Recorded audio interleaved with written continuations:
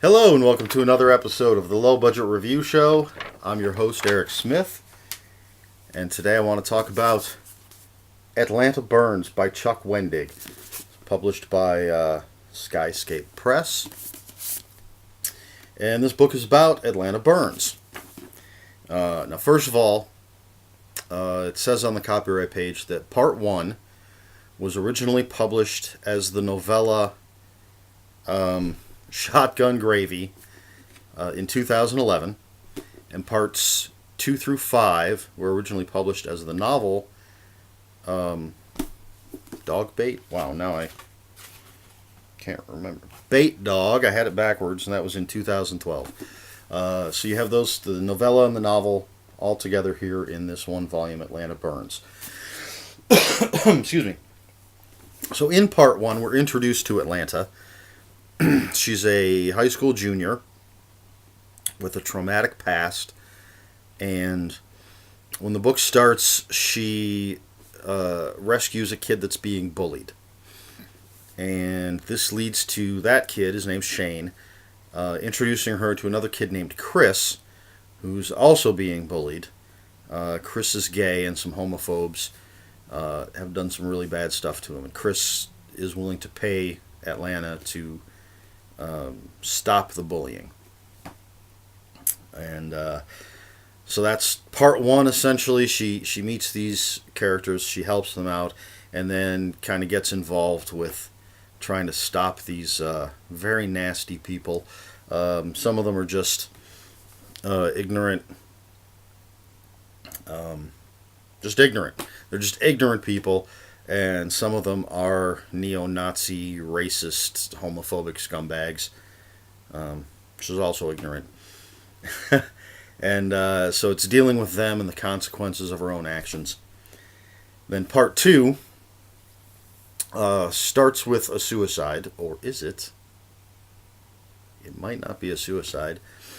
And then word has kind of spread, I think, that Atlanta will help people, and she gets a call from another girl who offers to pay her because this girl's dog was murdered, and she wants Atlanta to find out who did it. And this leads to Atlanta finding out about these dog fights that are going on, and she starts dealing with that. Some of the stuff from Part 1 comes back. It's all very smooth. If I didn't know that it was a novella and a novel, I would never think that it was two separate stories. So there's carryover from the first part into the parts 2 through 5, and Veronica starts dealing with even worse people. And I had a thought there and I lost it. So dealing with worse people and dealing with consequences of her actions, dealing with the trauma from her past, just all this stuff going on. So, as I tend to say, that's it in a nutshell. I thought this book was incredible. I'm a Chuck Wendig fan. I love his writing style. He tends to write in these short, sharp sentences that just are like a punch to the gut, every single one of them. It's like you're just getting jabbed and jabbed and jabbed. It feels like he must agonize over every word, because every sentence just feels so well crafted.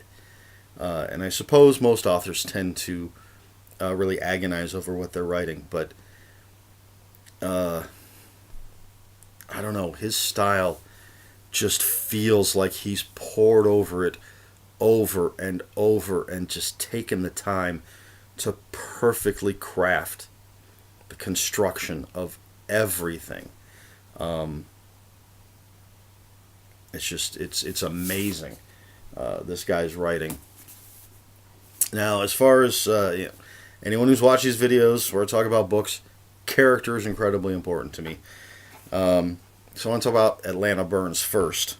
And inside the book, where the blurbs are, The very first blurb is from Stephen Blackmore, another great author. And he says, Atlanta Burns is like Veronica Mars on Adderall. Now, to me, that's about as close to literal as you can get without actually being literal. Atlanta Burns feels like Veronica Mars with a new skin. Which isn't necessarily a bad thing, but they have a lot in common. Obviously, teenage girls. And I'm talking about Veronica Mars from the beginning of the show, not the movie where she's 29 and graduated from law school and everything. Both teenage girls, that's simple enough. But both of them have a trauma in their recent past. Both of them have friends that have stopped talking to them because of what happened in the relatively recent past. Both of them, when we first meet them, in the very first episode of Veronica Mars and then right in the beginning of this book, both of them, the first friend we see them make is someone who's being bullied. Both of them stand up for the underdog. They don't like to see people being bullied. They don't like injustice. Both of them do some things that are kind of shady. Both of them are being raised by a single parent. And here's the biggest difference. Well, one of the biggest differences. Veronica Mars was being raised by her father, and they had an incredibly close relationship. It was a very loving relationship. The banter between the two of them on the show Veronica Mars was fantastic. Atlanta Burns is being raised by her mother, and they have a horrible relationship. Atlanta treats her mother absolutely horribly. Trying to avoid the profanities here, just because I want these videos to be family friendly. But, so I didn't say what I was going to say about their relationship. But yeah, Atlanta does not treat her mother well. She has her reasons for the way she treats her mother. But yeah, it is not pretty. So that's one of the biggest differences. So I don't know if this is a new archetype. Maybe the sort of outcast teenage girl that's going to stand up for people and get involved with things and solve mysteries and get paid. But Veronica Mars and Atlanta Burns are very similar. Atlanta is a very complicated character. I love that she stands up for the downtrodden. That she's not going to take any crap from anybody. But again, the way she treats her mother is really bad. And she feels she has her reasons. And the relationship does... I'm not sure. It grows. It changes. It's an interesting, complex relationship. All complex... Well, mostly complex characters in here. There are a couple that are just straight up evil. That don't seem to have a lot of depth beyond being evil. But that's okay. Nothing wrong with that. But Atlanta Burns, back to her character, one of the other things I was reminded of was the books of Joe Lansdale, specifically the Hap and Leonard books. If you took Hap and Leonard and just smushed them together into one person and then kind of pushed them down, smushed them together and turned them into a teenage girl, that's Atlanta Burns. I really saw a lot of Hap and Leonard in her character. Again, because they do not like to see injustice. They stand up for the downtrodden. And that's really the best part of her character. Plus, the story itself reminded me of something that Lansdale might have written, with the dog fights and the neo-Nazis and the homophobes. I mean, those are the kind of people that I see Hap and Leonard going after. So, Joe Lansdale, one of my all-time favorite authors, top three. And so, if Chuck Wendig, this book is reminding me of Lansdale and Hap and Leonard, that's a huge vote of confidence there for this book. But yeah, so Atlanta is a really great character. Not perfect by any means, which makes her a better character. She's not a Girl Scout. She's not even really a people person. She does make some friends. Again, she helps Shane. They become friends, and Chris, and a few others. But it's difficult for her.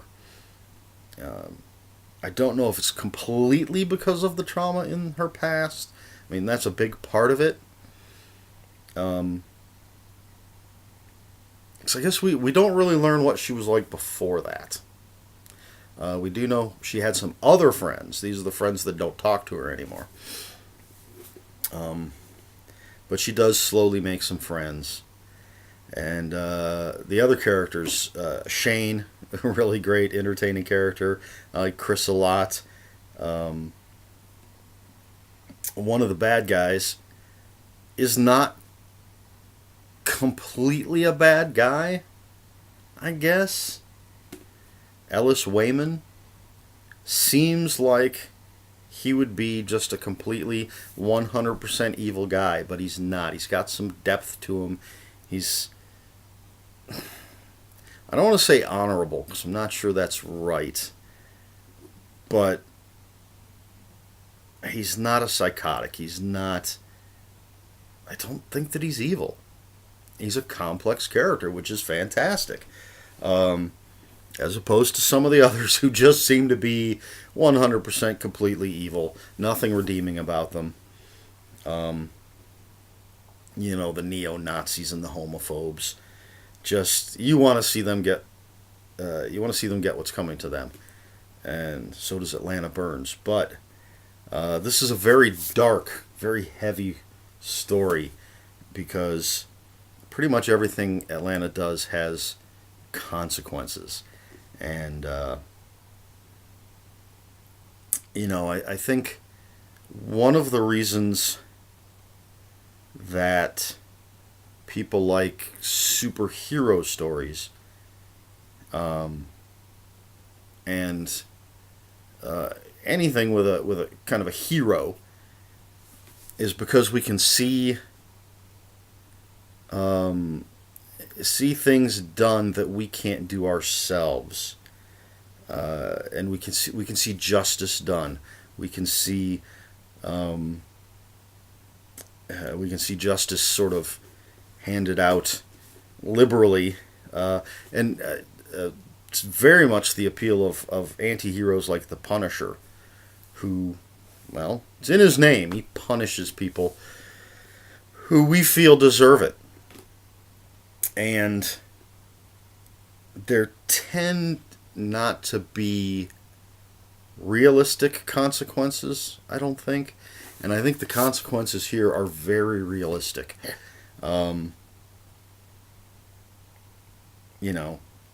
Atlanta's not a superhero. She's just a teenage girl. There's only so much she can do. And it really tends to piss people off. And these are people that aren't going to sit by and let someone mess with them. So it's a very, very... a lot of darkness in this story. It is... I don't know if I mentioned... I believe it's a young adult novel. I couldn't find that label anywhere on here, and I think that's a marketing thing, calling it a young adult novel. But in the back, in the About the Author part, it does say... Chuck Wendig is the author of the Heartland Trilogy and the Atlanta Burns series, as well as numerous novels for adults. And the way that's worded makes me think that this is supposed to be a young adult novel. But I think this is a young adult novel the way Veronica Mars was a young adult TV show. Which, in my opinion, it's not. And I don't think, I don't think you need to label things like that. But I don't want anyone to read it and be surprised. I mean, the main character is a teenage girl. Um, I was going to say most of the characters are kids, but I'm not sure that's actually true. There's a lot of adults in here. They tend to be the bad guys. But one of the other things that reminded me of Veronica Mars is the town. In Veronica Mars, the town of Neptune was very clearly divided between the haves and the have-nots, with a very small amount of the middle class there. And the town that Atlanta Burns is in, very much the same way. You have the really rich people and the really poor people, and just a few people in between, relatively speaking. So another comparison to Veronica Mars. But wow, just compelling.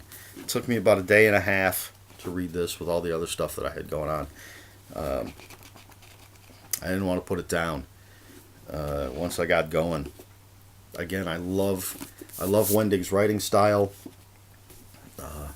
It does take me, anytime I pick up one of his books, it takes me a few pages to get into his style because it's very different from a lot of the other stuff I read. But it's fantastic. It's just so well crafted. And his characters are all just complex and three-dimensional and just a fantastic story. I can't wait for the next one. It says February 2016, which is a long time to wait, but I'm looking forward to it. Just good stuff. Now, in the back, in the acknowledgments, he does have, it does say to learn more about hate crimes. It's got a website for Partners Against Hate, and then it says to learn more about dog fighting. It's got a website for the Humane Society. I'm going to put those in the description below. As always, I'll have a link for this in the description below, and then that'll be followed by the links for Partners Against Hate and the Humane Society, their little dogfighting subsection, I guess. I think you should check those out. Excuse me. So those are important things, you know. There's way too much hate in the world. And I think we all need to do something to stop it. So, the simplest thing, I mean, if you're watching this video, you're already online. Check out these websites and see if there's something you can do to just make the world a better place for people and animals alike. Just so you know, it's not a preachy book at all. He does put that in there because that's the subject matter that's in here. I mean, you have the bullies, and you have the neo-Nazis, and you have the dog fighting. It's the subject matter of the book. It doesn't get preachy, but hopefully maybe you'll take something away from it. And again, at the very least, look at those websites. So I think that covers it. As I said, I'll have a link for the book and those websites in the description below. If you have any comments, questions, or corrections, please put them in the comments below. Comments will be open to spoilers. Just please be polite and post a spoiler warning if you're going to talk about anything specific and spoilery. Please like, share, and subscribe. Please do what you can to stop the hate and stop the animal abuse and just try to make the world a better place. And until next time, read more books.